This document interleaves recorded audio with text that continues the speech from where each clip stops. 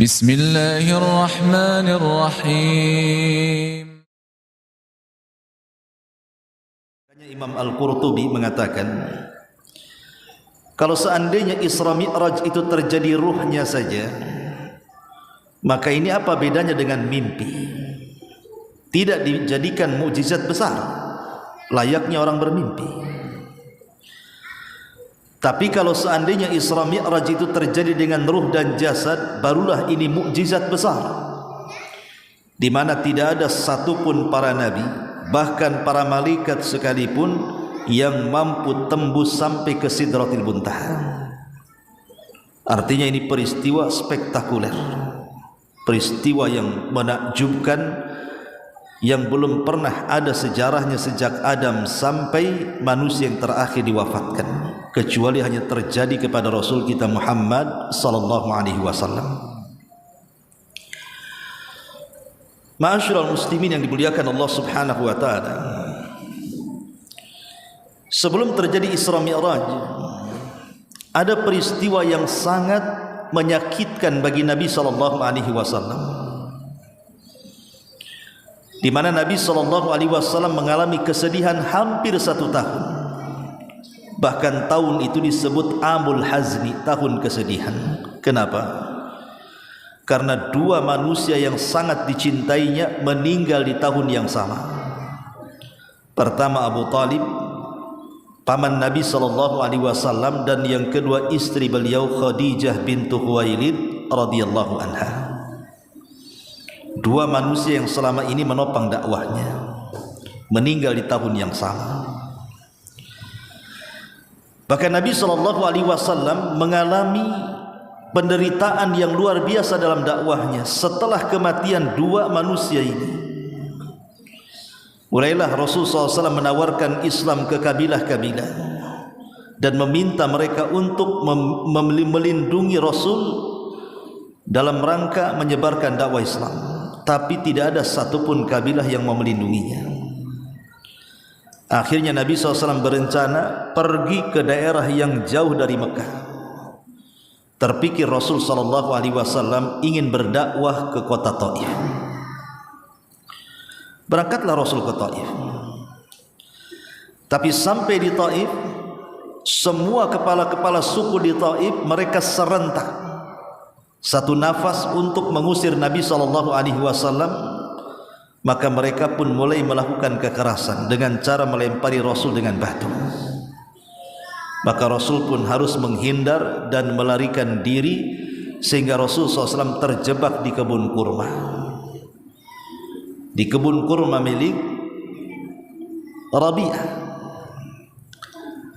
Tapi di kebun kurma inilah terjadi peristiwa besar juga, di mana ada sekelompok jin dari Yaman, dari jin-jin Nasibah, nyasar ke kebun kurma itu. Ketika Nabi SAW sedang melaksanakan salat fajar, kemudian jin-jin ini mendengar suara Al-Quran yang dilantunkan Rasul dalam salatnya.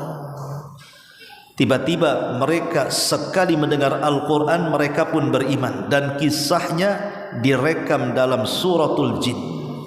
Qul uhiya ilayya annahu istama'a nafarun minal jinni faqalu inna sami'na qur'anan ajaba, ila akhiril ayat.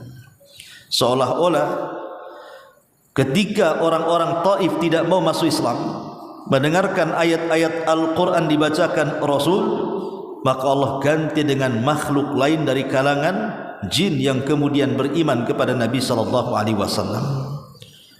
Dan di situ juga ada seorang laki-laki bernama Adas, orang Nasrani, yang kemudian juga masuk Islam, yang ketika itu posisinya sebagai budak yang bekerja di kebun itu. Ma'asyiral muslimin yang dimuliakan Allah Azza wa Jalla, pengusiran Rasul dari Taif ini membuat Rasul sesak dada. Walaupun dia berhasil masuk ke Mekah dengan jaminan, tapi Rasul tidak leluasa untuk berdakwah di kota Mekah layaknya dakwah sebelumnya, kembali kepada dakwah sirriyah. Menyempitlah dada Nabi. Disinilah Nabi SAW ingin dihibur oleh Allah Subhanahu wa taala agar dia jangan putus asa dengan menaikkan Nabi SAW ke alam yang belum pernah dia pijak sebelumnya, dinaikkan ke langit sampai ke Sidratil Muntaha. Bagaimana kisahnya? Ma'asyiral muslimin yang dimuliakan Allah Subhanahu wa taala, ketika Nabi SAW sedang tidur di Hatim, dalam riwayat di Hijr Ismail, dalam riwayat di rumah Ummu Hani. Jadi ada 3 riwayat. Ada yang mengatakan Rasul tidur di Hatim, ada yang mengatakan Rasul tidur di Hijr Ismail di sebelah Ka'bah, ada yang mengatakan dia tidur di rumah Ummu Hani.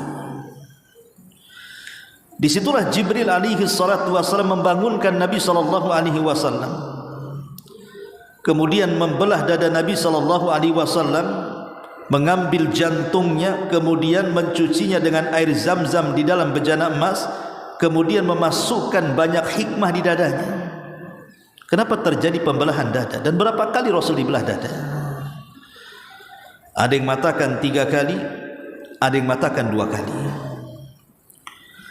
Yang mengatakan 3 kali pembelahan dada itu pertama ketika Nabi SAW berada di kabilah Bani Sa'diyah, ketika Rasul SAW berada di pangkuan Halimah Sa'diyah dan usia Rasul masih 5 tahun. Disitulah terjadi pembelahan dada. Kemudian ketika Nabi SAW berada di Gua Hira, sebelum Nabi SAW diangkat menjadi Nabi dengan turunnya surah Iqra bismi rabbikal ladzi khalaq, dan sebelum peristiwa Isra Mi'raj, Rasul dibelah dadanya. Ini yang mengatakan pembelahan dada itu terjadi 3 kali. Tapi pendapat yang kuat wallahu alam bahwa pembelahan itu cuma 2 kali. Pertama di usia Rasul 5 tahun di Bani Sa'diyah, di pangkuan Halimah Sa'diyah, dan yang kedua dalam peristiwa Isra dan Mi'raj Nabi SAW. Setelah kemudian Nabi SAW dibelah dadanya, maka Allah Subhanahu wa taala sudah mempersiapkan kendaraan untuk melakukan perjalanan spektakuler ini. Kendaraan itu disebut buraq, dan buraq ini lebih kecil dibandingkan kuda, tetapi lebih besar dibandingkan keledai. Artinya di atas keledai, di bawahnya kuda. Tetapi sekali dipacu kakinya, langkahnya sejauh mata memandang, saking cepatnya. Dan buraq ini berwarna putih. Ada hadis yang lemah yang mengatakan saat Nabi SAW hendak naik ke atas buraq, buraq ini tidak mau dinaiki karena tidak kenal Nabi. Maka Jibril alaihi salatu wasallam marah kepada buraq dan mengatakan, "Ya buraq, diamlah engkau. Tidak ada manusia yang lebih mulia yang akan menunggangi dirimu melainkan Muhammad." Ketika mendengar itu, maka buraq pun terdiam sampai Rasul naik di atas buraq. Baru kemudian melesat bersama Jibril dari kota Mekah Masjidil Haram sampai ke Palestina Masjidil Aqsa. Dari sini kita tahu bahwa Rasul sudah pernah ke Palestina dalam peristiwa Isra Mi'raj ini. Kenapa yang dipilih Masjidil Aqsa? Karena hanya ada 3 masjid yang memiliki keutamaan di dunia ini.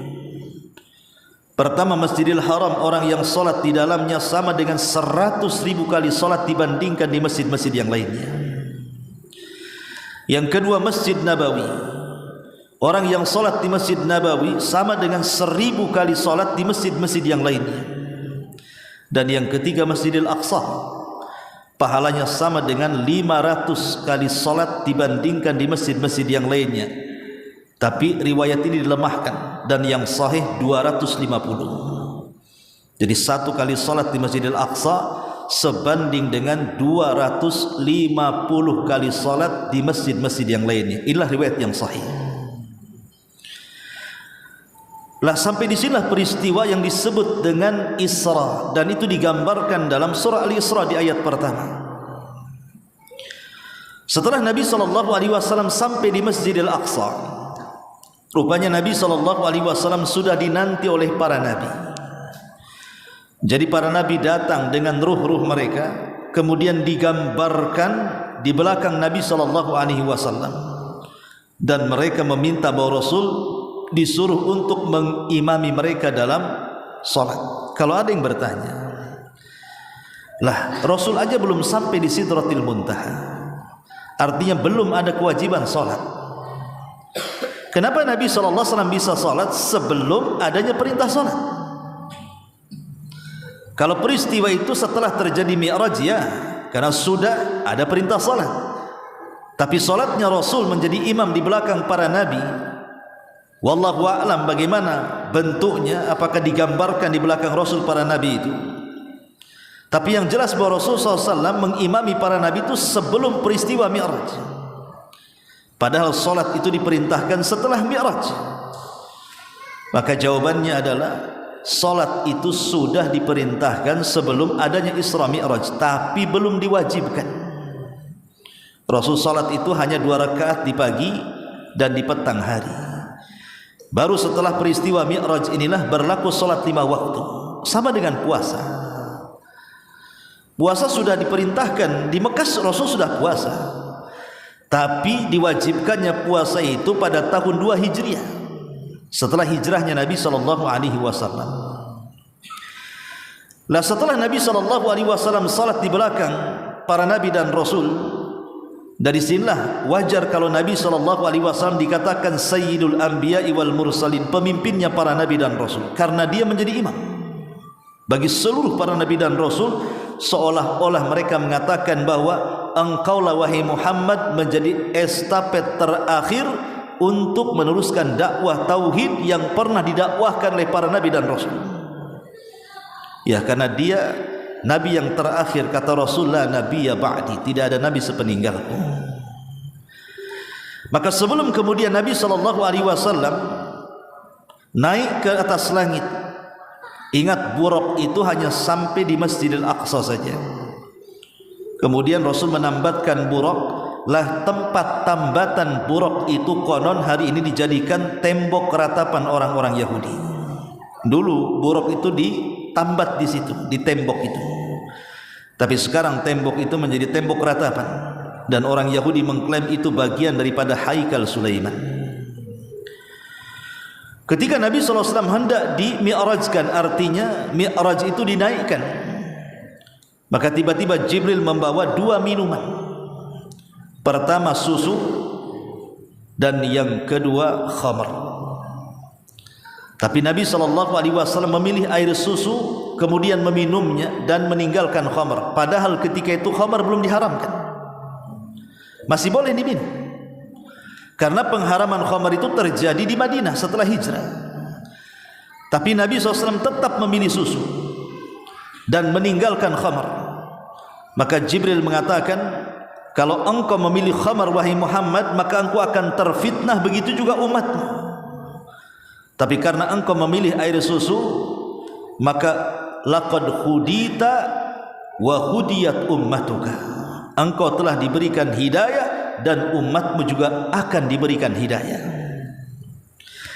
Maka mulailah kemudian Nabi SAW melakukan Mi'raj pertama sampai di langit pertama, dihantar oleh Jibril alaihi salam. Ketika sampai di langit pertama, maka Nabi Jibril alaihi salatu wassalam mengetuk pintu langit. Kemudian dikatakan, "Man, siapa engkau?" Maka Jibril mengatakan, "Ana Jibril." "Wa man ma'aka, siapa bersama engkau?" Maka Jibril mengatakan, "Muhammad." "Awa qad uhiya ilaihi, apakah dia sudah diperintahkan untuk naik ke langit?" Kata Jibril, "Na'am, ya." Maka pintu langit terbuka. Kemudian Rasul pun naik di langit pertama, dikejutkan pertemuan Rasul dengan Nabiullah Adam alaihi salatu wassalam. Maka Jibril mengatakan kepada Nabi SAW, "Salim ala Adam," ucapkan salam kepada ayahmu Adam. Maka Nabi kemudian menghampiri Nabiullah Adam dan mengatakan, "Ya Adam, assalamualaikum." Maka Adam menjawab salam, "Waalaikumsalam warahmatullahi wabarakatuh." Kemudian Adam mengatakan, "Marhaban bi abdin salihin wa ibnin salihin." Selamat datang dengan hamba Allah yang saleh dan anakku yang saleh. Maka Nabi SAW melihat Adam apabila mengarah pandangannya ke kanan dia menangis, tertawa dan tersenyum. Apabila mengarah pandangannya ke kiri dia pun menangis. Maka Rasul bertanya kepada Jibril, kenapa dengan Adam? Maka Jibril menjelaskan, apabila dia menengok ke arah kanan, kenapa dia tersenyum dan tertawa? Karena dia melihat anak cucunya mereka masuk ke dalam surga. Tapi ketika melihat ke kiri, dia pun melihat dari anak cucunya ada dimasukkan ke dalam neraka. Itulah sebabnya Adam menangis.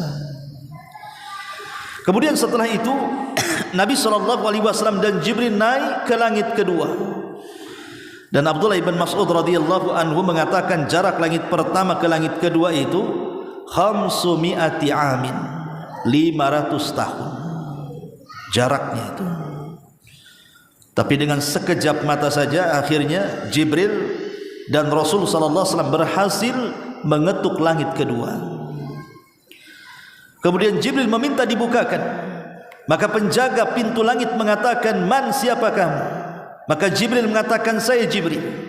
Maka penjaga langit mengatakan, "Wa man ma'aka?" Siapa yang bersamamu? Maka Jibril mengatakan, "Muhammad." Kemudian malaikat penjaga pintu langit dua mengatakan, "Awa qad uhiya ilaihi?" Apakah sudah diperintahkan dia boleh naik? Kata Jibril, "Ya." Akhirnya dibukalah pintu itu. Maka Rasul dikejutkan dan berjumpa dengan Nabi Allah Isa ibnu Maryam dan kerabatnya Yahya ibn Zakaria. Maka Jibril mengatakan, "Ucapkan salam, salim alaihima." Ucapkan salam kepada keduanya. Maka Nabi SAW mengucapkan kepada kedua Nabi mulia dan mengatakan, "Assalamu alaikuma." Maka mereka mengatakan, "Waalaikumsalam warahmatullahi wabarakatuh. Marhaban bi abdin salihin wa akhin salihin." Selamat datang saudara dari hamba Allah yang saleh dan saudaraku yang saleh. Akhirnya Nabi SAW melanjutkan perjalanannya sampai ke langit ketiga. Di langit ketiga sama. Penjaga pintu langit ketiga bertanya, "Man, siapa anda?" Maka Jibril mengatakan, "Ana Jibril." Saya Jibril. Kata penjaga langit ketiga, "Wa man ma'aka?" Siapa yang bersamamu? Maka Jibril mengatakan, "Muhammad." Maka penjaga langit mengatakan, "Awa qad uhiya ilai?" Apakah sudah diwahyukan, artinya sudah diperintahkan boleh naik ke langit ketiga?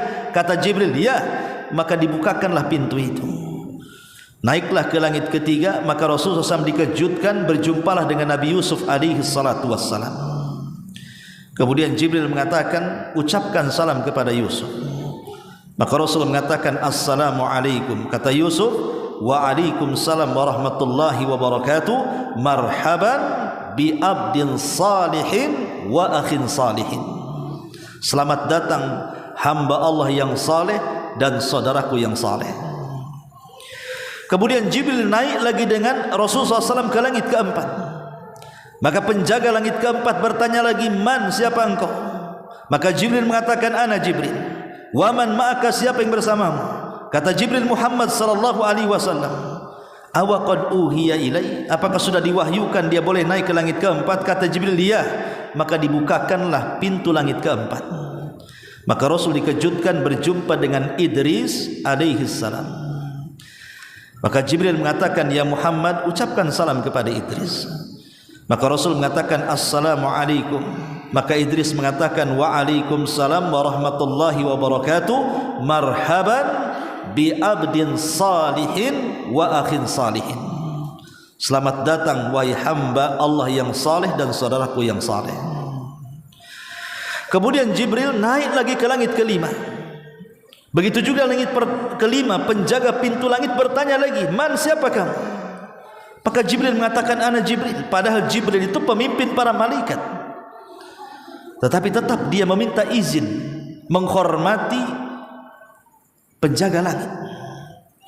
Kemudian penjaga langit yang keempat, yang kelima mengatakan, "Man ma'aka?"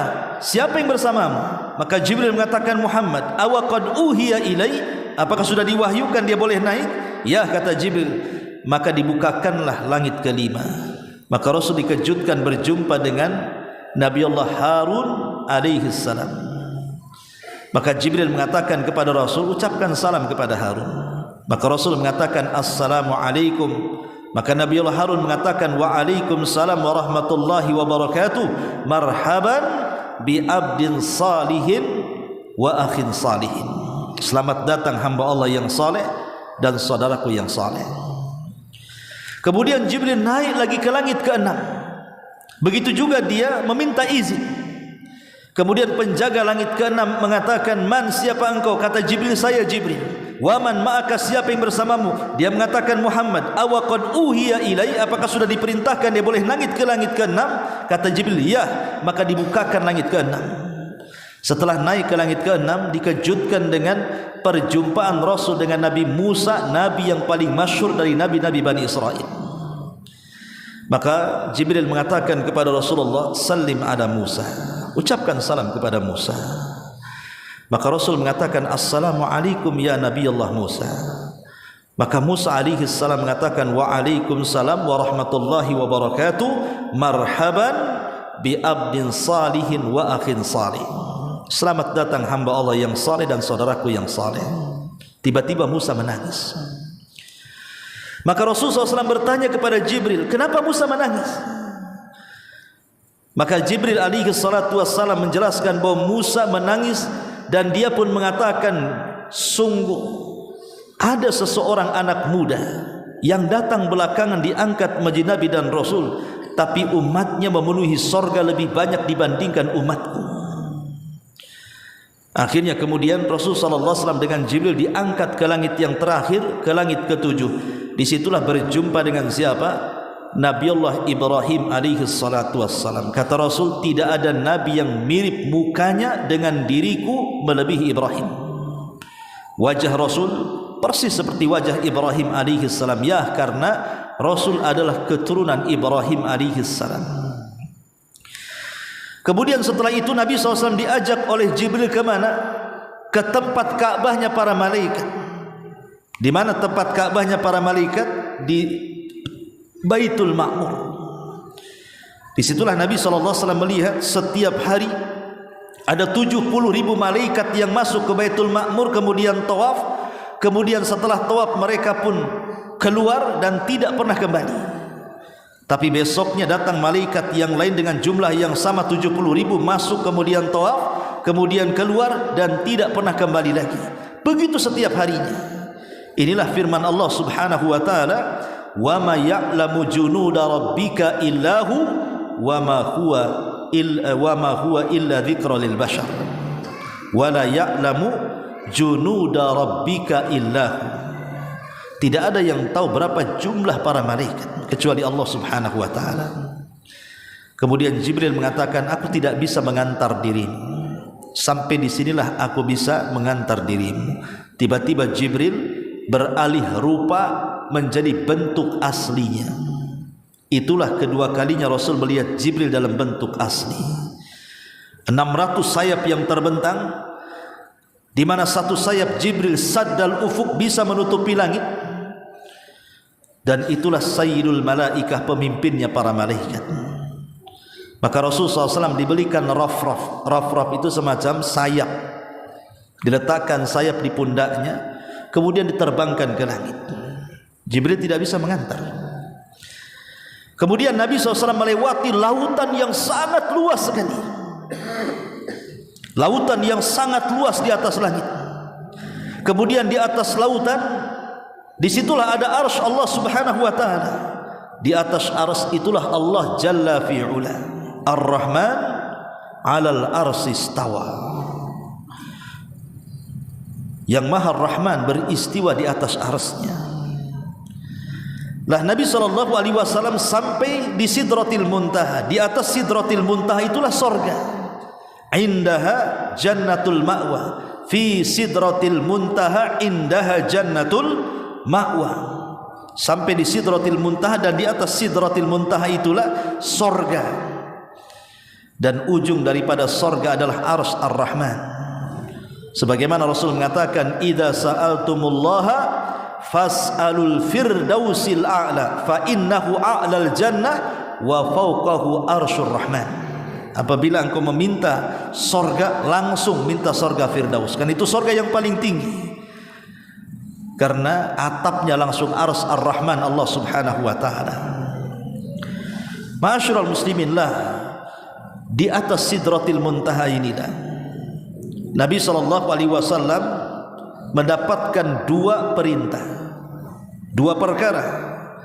Pertama, perintah salat 50 waktu yang menjadi ujungnya menjadi 5 waktu, dan yang kedua, 2 ayat akhir daripada surah Al-Baqarah, Amanar Rasul, dan begitu seterusnya. Kemudian Nabi SAW turun kembali ke mana? Masjidil Aqsa. Kenapa ke Masjidil Aqsa? Kenapa Rasul tidak langsung saja ke Mekah? Karena pintu langit itu sejajar dengan Al-Aqsa. Makanya Rasul harus balik lagi ke Al-Aqsa.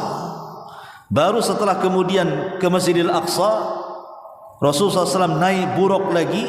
Kemudian sampailah Rasul kembali ke Mekah dan kembali ke Masjidil Haram. Itulah rangkuman daripada peristiwa Isra dan Mi'raj. Lalu apa pelajarannya? Ma'asyiral muslimin yang dimuliakan Allah Subhanahu wa taala. Ketika Nabi SAW naik ke langit pertama berjumpa dengan Adam, naik ke langit kedua berjumpa dengan Isa dan Yahya, naik ke langit ketiga berjumpa dengan Yusuf, naik ke langit keempat berjumpa dengan Idris, naik ke langit kelima berjumpa dengan Harun, naik langit ke langit ke berapa? Ke-6 berjumpa dengan Harun, ke-6 berjumpa dengan Musa, dan ke-7 berjumpa dengan Ibrahim. Pertanyaan pun muncul, kenapa hanya nabi-nabi ini saja? Bukankah nabi itu ada 25 nabi dan rasul yang kita kenal dalam Quran? Walaupun jumlah para nabi itu ribuan, tapi yang kita kenal adalah 25 nabi dan rasul. 18 namanya tercantum dalam surah Al-An'am, dan lebihnya tercantum di beberapa surat dalam Al-Quran, sehingga genap menjadi 25 nabi dan rasul. Tapi kenapa dalam peristiwa Isra Mi'raj hanya nabi-nabi ini saja? Hanya 8 nabi: Adam, Isa, Yahya, Idris, Yusuf, kemudian Harun, kemudian Musa, kemudian Adam. 8 nabi. Ada apa dengan 8 nabi ini? Kenapa dipertemukan dengan Nabi SAW? Disinilah bekal dakwahnya. Al-Imam At-Tayyibi rahimahullahu ta'ala, yang dinukilkan perkataannya oleh Al-Hafidh Ibn Hajar Al-Asqalani dalam kitabnya Fathul Bari, menjelaskan kenapa Nabi SAW dipertemukan dengan Adam. Seolah-olah, kata Imam At-Tayyibi, sebagaimana Adam alaihi salatu wassalam dihijrahkan dari sorga ke bumi, maka Rasul pun akan dihijrahkan dari Mekah ke kota Madinah. Jadi Isra ini adalah persiapan hijrah. Adam dihijrahkan dari mana? Dari sorga ke bumi. Maka Rasul pun akan dihijrahkan dari Mekah ke kota Madinah. Artinya Rasul SAW akan membuka sejarah baru yang sebelumnya belum pernah terjadi. Karena dengan hijrah, kaum muslimin yang lemah akan menjadi kuat. Dengan hijrah, kaum muslimin yang tidak punya negara akan punya negara. Kaum muslimin yang susah menyebarkan dakwah, justru dari kota Madinah ini akan tersebar dakwah ke seantero dunia. Sehingga hijrah itu perlu dalam dakwah. Karena hijrah itu sunnatul anbiya, sunnahnya para nabi. Ibrahim hijrah dari Irak